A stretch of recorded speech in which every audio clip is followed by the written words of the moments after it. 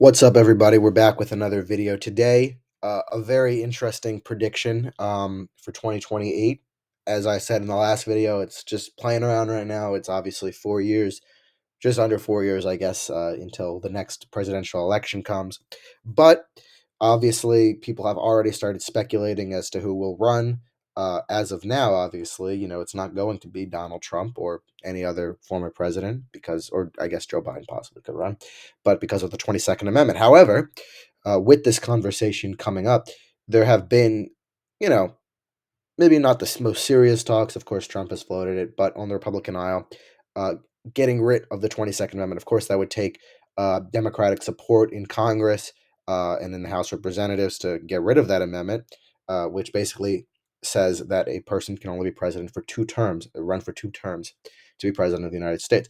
If somehow they amend the amendment and get rid of it, there's a hypothetical situation where obviously you would expect Trump to run for a third term as president of the United States, 2 consecutive ones. But a hypothetical scenario where Barack Obama decides to come back and run in 2028. Obviously, at the end of his 8 year term in 2017, he still was relatively popular. One could argue that if he was the nominee again in 2016, obviously he couldn't run at that time, instead of Hillary Clinton, he would have defeated Donald Trump, and Trump really would have become a blip in history rather than kind of a real constant or a figure for change. With that being said, 2028 is a very, very different circumstance because this would be 12 years since Barack Obama exited office. Uh, this would be now with Donald Trump in the mainstream, more popular than ever. Donald Trump today is more popular than he has ever been at any point in his entire political career. Um, Barack Obama definitely would not have the easiest time defeating Donald Trump in 2028 compared to what it possibly would have been in 2016 had there been no 22nd Amendment. With that being said, let's get into our safe Trump states. It'll be the usual states, the ones that I characterized in the last video between J.D. Vance and Kamala Harris. That was obviously a different scenario.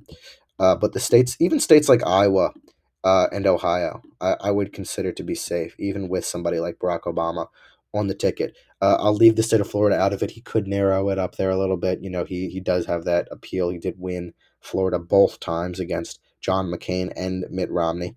However, in states like Iowa and Ohio, that Obama did win both times. They have significantly trended in favor of the Republicans. A little bit in contrast to Florida, Trump has won them by very big margins. I just don't see him losing those states. I put them in the safe margin.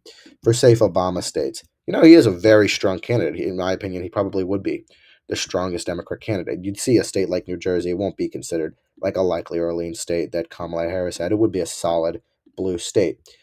Maine's first would be solid blue.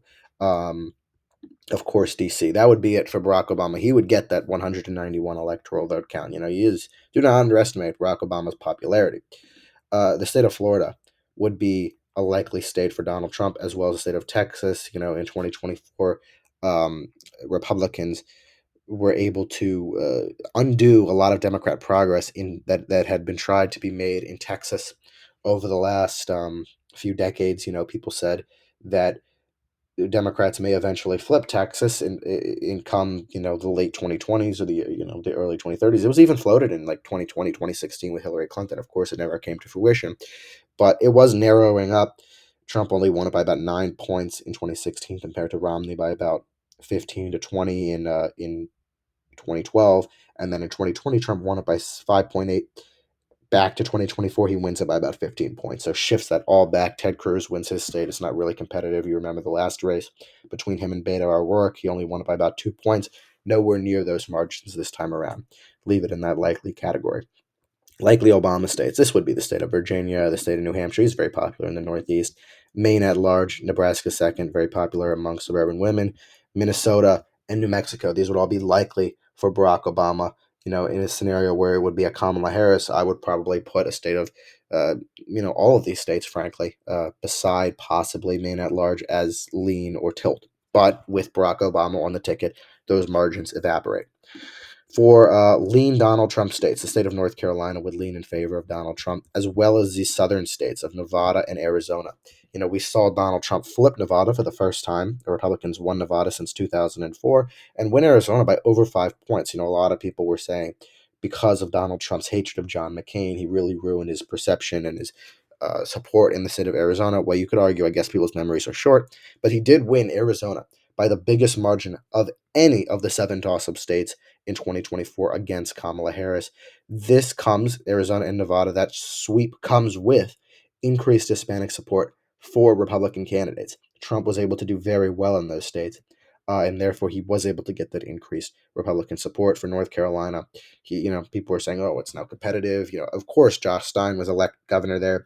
Keep in mind, look at what Robinson, all of the scandals surrounding him. It wasn't entirely because he was a Republican. It was at the end of the day the candidate. So continuation of Democrat support in North Carolina. However, Trump has always performed well in North Carolina. I do think he'd win it by a lean margin at the end of the day, even against somebody like Barack Obama. Remember, the one toss-up state that Mitt Romney won in 2012 was in fact North Carolina.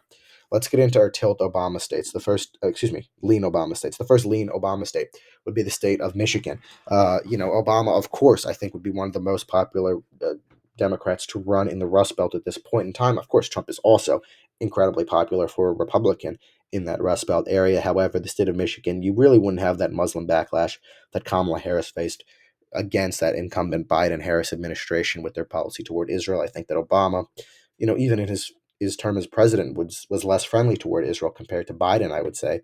And that kind of would bode well from among that community in Michigan. That he would get a little bit more support from them. I think they'd put him over the edge. And in general, Obama would perform well in Michigan. I think also that Barack Obama would tilt the state of Georgia in his favor. I think that he'd win Georgia with its 16 electoral votes. Of course, a very substantial African American population in Georgia. It was definitely not a Democrat state in 12 or '08, but it has consistently shifted in favor of Democrats. Trump flipping it back this time around, of course. But Biden actually won it in 2020. And since then, with the efforts of people like Stacey Abrams and other statewide figures, you've seen a shift in Georgia go back in favor of Democrats. Trump winning it here. You have somebody like Brian Kemp winning the governorship there, but they have two blue senators. It's not this wonderful red state that it once was. And in 2028, you could definitely see an Obama, if he was the nominee, picking that state off. Headed into our tilt states, we'll start off with the tilt Wisconsin. I think that Wisconsin would narrowly tilt in favor of Barack Obama, getting him to 267 electoral votes, pretty dang close to the presidency. Wisconsin, of course, used to be a really solidly blue state. Going into 2016, people thought Hillary was one that was pretty certainly going to go to her. At the end of the day, Trump did win it, actually won it by the biggest margin of any of those Rust Belt states in 2016. Won it by the smallest margin in 2024, which says a little bit. Democrat governor in Wisconsin. I think that Barack Obama still holds that strong Rust Belt appeal. Headed into the state of Pennsylvania, this is the state of all states. As it was in 2024, it will be in this scenario in 2028. It'll be the state that decides the presidency of the United States of America. At the end of the day, tilting the state of Pennsylvania in Donald Trump's category for the moment. He was able to win that state by over 2 points this time around. He never won any of these Rust Belt states by over 1 point before 2024. Wins Pennsylvania by about 2.5%. That is to the help and thanks of people like Scott Pressler, people like the ground game in Pennsylvania run by McCormick's campaign that he actually ended up riding the coattails of course, with Donald Trump winning the Senate race there against Bob Casey, which is pretty incredible when you think about Casey's history and his father's history and Pennsylvania politics. The fact that a Republican would be able to pick up a Senate race against a Casey in Pennsylvania is quite remarkable. Trump winning it by the biggest margin, as I just said, of any of those Rust Belt states. Possibly Kamala Harris regretting picking Tim Walz as VP instead of Josh Shapiro, because it is definitely more likely, not saying it would have happened, but had she picked Shapiro, she would have won Pennsylvania. She ended up losing Michigan at the end of the day anyway, so it wouldn't have really mattered if she, if that turned off Arab voters there. Anyway, regardless, I think that at this point in time, Donald Trump wins the state of Pennsylvania against Barack Obama. Of course, this is all hypothetical opinion, my own opinion. We have no polls, we have no data on any of this, and as of now, the 22nd Amendment still stands, so none of these candidates would be eligible to run in 2028. With that being said, this is my 2028 election prediction between these two men.